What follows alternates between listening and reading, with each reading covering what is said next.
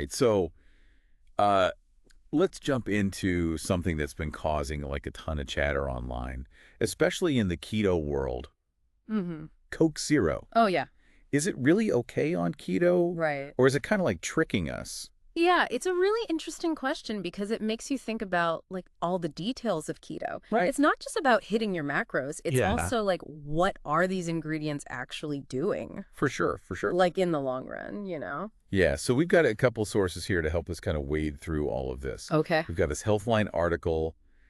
It's pretty in-depth, goes into all the science-y stuff about Coke Zero. Cool. And then we've also got this really interesting Reddit thread from the Keto community. Nice. People are, sharing their actual experience with it. I love that combination. Yeah. That's So great. we get like the science and we get Your real world. like what's actually happening. What's actually going on. Yeah, exactly. Because like we always say, what works for one person might not for another. For sure. So it's always good to hear a wide range of experiences Yeah. and see. What's going on? Okay, so before we get into like the nitty-gritty of Coke Zero, Yeah. let's just do a super quick recap on keto. Okay. I know you're all probably keto pros by now, Right. but just to level set, I think it's always good to remind ourselves. Yeah, get back to the basics. Yeah, exactly. So the ketogenic diet is really all about switching up your fuel source. Okay. You know, normally our bodies love to run on glucose, which comes from carbs. Yeah. But with keto, we're saying, hey, body, let's switch things up. Uh-huh. We're going to use ketones instead, which come from fat. Okay. And we do that by really cutting back on those carbs, like way down, usually to about 20 to 50 grams per day. Wow. Okay. Yeah, it's a big change. So this whole like fat burning mode, that's what gets us all the good stuff, right? Like the weight loss, Yeah. the energy, yeah, the mental clarity, all those benefits people rave about. Yeah, it's pretty awesome. And if you really want to get into it, you can even measure how deep into ketosis you are. Oh, really? Yeah, there are these cool tools like blood ketone meters or even breath analyzers. Yeah. They basically tell you how much of those ketones are hanging out in your blood or breath. Huh. That's fascinating. Yeah, it's pretty neat. Okay, so now let's bring in our star of the show, All right, Coke Zero. here we go. 0 calories, 0 carbs. Sounds like a keto dream, right? Right. On the surface, it seems like a perfect fit. Yeah. You know, it checks all those keto boxes, Yeah. but we got to dig a little deeper. Okay, there's got to be a catch. There's always a catch, right? Right. So yeah, while Coke Zero might be low in carbs, we got to look beyond those macros Yeah. and really consider what's going on with those ingredients, especially the artificial sweeteners. Oh, yeah, that's a whole other can of worms. It is. It really is. So we've got aspartame and aspartame potassium, also known as ESK. Right. These are the big players in Coke Zero. Right. Exactly. Those are the main sweeteners. And this is where things get a little controversial. Yeah. There's definitely a lot of back and forth about those artificial sweeteners. Yeah, I've seen a lot of stuff online about them potentially being bad for your gut. Yeah, and there's some emerging research that's kind of pointing in that direction. Like, for example, there's some evidence suggesting that aspartame might mess with the balance of your gut bacteria. Oh, wow. So even if it's not directly adding to my carb count, there might be other stuff going on. Exactly. It's like this whole other layer of complexity. Right, right. It's not just about hitting those macros. It's about thinking holistically, Yeah. looking at the big picture. Okay. That's given me a lot to think about. Good, good. Now, what about the caffeine in Coke Zero? It's got like 34 milligrams per 12 ounces. Yeah. Is that something we need to be concerned about on keto? So caffeine itself isn't necessarily a problem. It's more about being mindful of how much you're taking in and how your body reacts to it. Yeah. Some people are super sensitive to caffeine. Right. Even a little bit can keep them up at night or make them feel jittery. Yeah, I know some people who are like that. Yeah. And sleep is especially important on keto. Right. It helps with so many things like hormone balance and all that good stuff. For sure. So it's really about listening to your body and seeing how it responds to caffeine. Makes sense. Makes sense. Yeah. Pay attention to those cues. Exactly. Yeah. You know, and speaking of how it makes you feel, Yeah. let's talk about hydration for a second. Wow. That's a big one on keto. Great. Yeah. Especially when you're cutting out all those carbs. Yeah, Your body doesn't hold on to as much water. exactly. So staying hydrated is super important. Got to keep that water flowing. For sure, for sure. So, I mean, a can of Coke Zero here and there, probably not going to dehydrate you. Right. Probably not. Good. Water's always going to be your best bet. Yeah, water's the OG. It is. It really is. Okay, so we've gone over some of the science behind Coke Zero, the ingredients, all that good stuff. Yep. But now let's see what people are actually saying. Okay, let's hear it. Let's get into the real-world experiences. Yeah, I love it.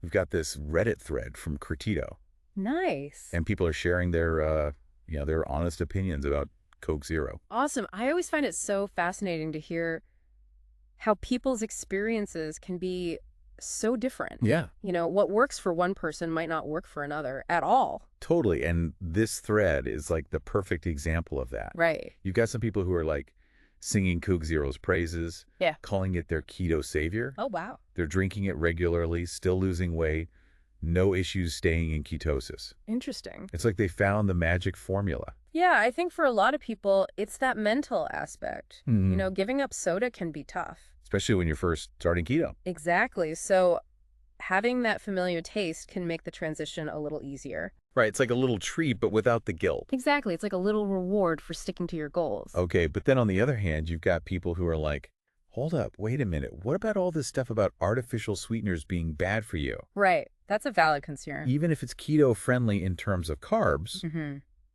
they're worried about those long-term health effects. Yeah, like we talked about earlier. Yeah. Potentially impacting gut health. Right. Which can then have all these ripple effects. Right, it's like a domino effect. Sorry. And then there's some people who are saying that diet soda actually makes them crave sugar more. Oh, interesting. Like it messes with their appetite somehow. That's a really good point. Yeah. Because even though artificial sweeteners don't directly raise your blood sugar, Right. some studies suggest they can still trigger the release of insulin, which can then lead to increased hunger and cravings. Wow, so it's like a sneaky little trick. Kinda, yeah. So it's really important to pay attention to your body. Yeah, see how you react. Absolutely, because what works for one person might not work for another. Exactly. Oh, and I saw a lot of people talking about ditching the artificial sweeteners altogether. Okay. Going for like stevia, erythritol, monk fruit. Yeah, those natural sweeteners are becoming super popular. Seems like everyone's experimenting with those these days. They offer that sweetness without the potential downsides of artificial sweeteners. Right. But it's important to remember that they all have their own little quirks. Okay, like what?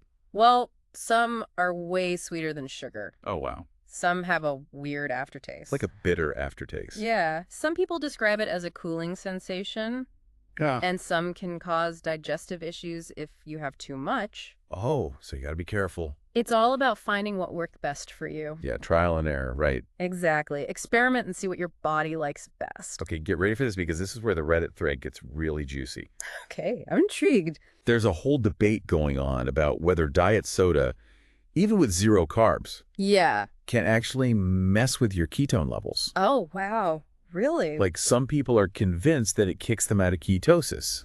Interesting. They're sharing their ketone readings and everything. And what are they saying? Saying that their numbers drop when they drink diet soda. Huh. And they're like, see, told ya. Wow. But the other people were like, nope, not true. I've been drinking diet soda for years on keto and my ketone levels are fine. So confusing. I know, right? So what's the truth? Well, that's the thing. Yeah. There isn't really a clear answer from the science world yet. Really? There's not a lot of research specifically on the long-term effects of artificial sweeteners on ketosis. Oh. And the studies that do exist, they often have small sample sizes. Okay. And the results are all over the place. So we're kind of in the dark. A little bit. So how do we make sense of all this? Conflicting experiences, lack of clear evidence. I think this is where bio-individuality comes into play. Okay. Everyone's metabolism is different, their gut microbiome, genetic makeup. It's all unique. Exactly. So it makes sense that people would react differently to the same things. So something that might hinder one person's progress on keto might have no effect on someone else. Exactly. It's a keto mystery. It really is. But that's why it's so important to pay attention to your own body. Yeah.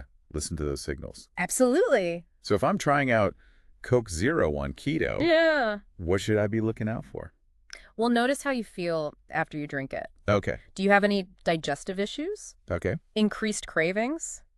Changes in energy levels? Gotcha. Maybe even track your weight loss? Okay. Or your ketone readings if you're into that? Yeah. Those can all be clues about how your body is responding. It's like you're a scientist conducting an experiment. Exactly. You're your own best subject. I like that. And if you notice any negative correlations, it might be worth cutting back or even eliminating diet soda altogether. See, that makes a difference. Exactly. It's all about finding that balance. Between the science and your own experience. You got it. Okay, so after all of that, where do we stand? Like, is Coke Zero a keto yes? A keto no? Or like a keto maybe? I mean, technically it fits into the keto macros. Yeah. No carbs, no calories. So it shouldn't directly kick you out of ketosis. Right. But like we've been saying, there's more to the story than just those numbers. Right, we've got those potential long-term health concerns. Exactly. Especially with the artificial sweeteners. And then like the whole gut health thing. Yeah, and don't forget about those sugar cravings. Oh yeah, that's a big one. It can really sabotage your progress. And for some people, the caffeine might be an issue too. Right. It all depends on your individual sensitivity. So I guess what I'm hearing is that there isn't really a simple answer. Not really, no. It's not like a black and white yes or no kind of thing. It's more like shades of gray.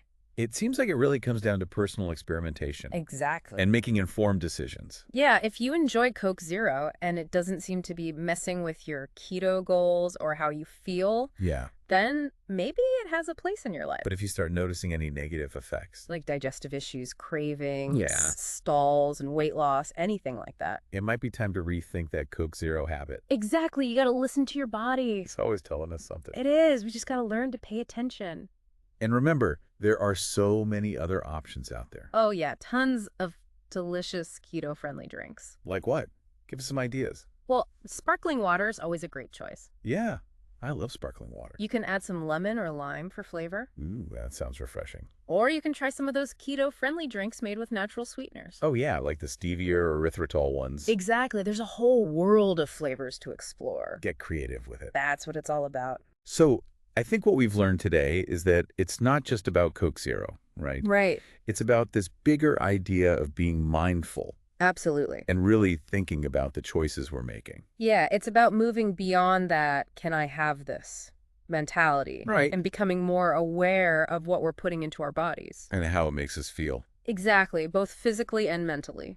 It's like we're becoming detectives of our own health. I love that analogy. You're gathering the evidence, figuring out what works for us. And making informed choices that support our keto journey. Exactly. It's all about empowerment. Couldn't have said it better myself. Oh, and before we wrap up, if you're looking for more keto tips and tricks, Yeah. especially for dealing with those pesky sugar cravings, Yeah, those can be tough. be sure to check out ketoflare.wordpress.com. It's a great resource for anyone on the keto path. All right, that's it for our deep dive into Coke Zero and keto. Thanks for joining us. Remember, there's no one-size-fits-all answer. Listen to your body. Experiment. Find what works for you. And most importantly, enjoy the journey. Cheers to that.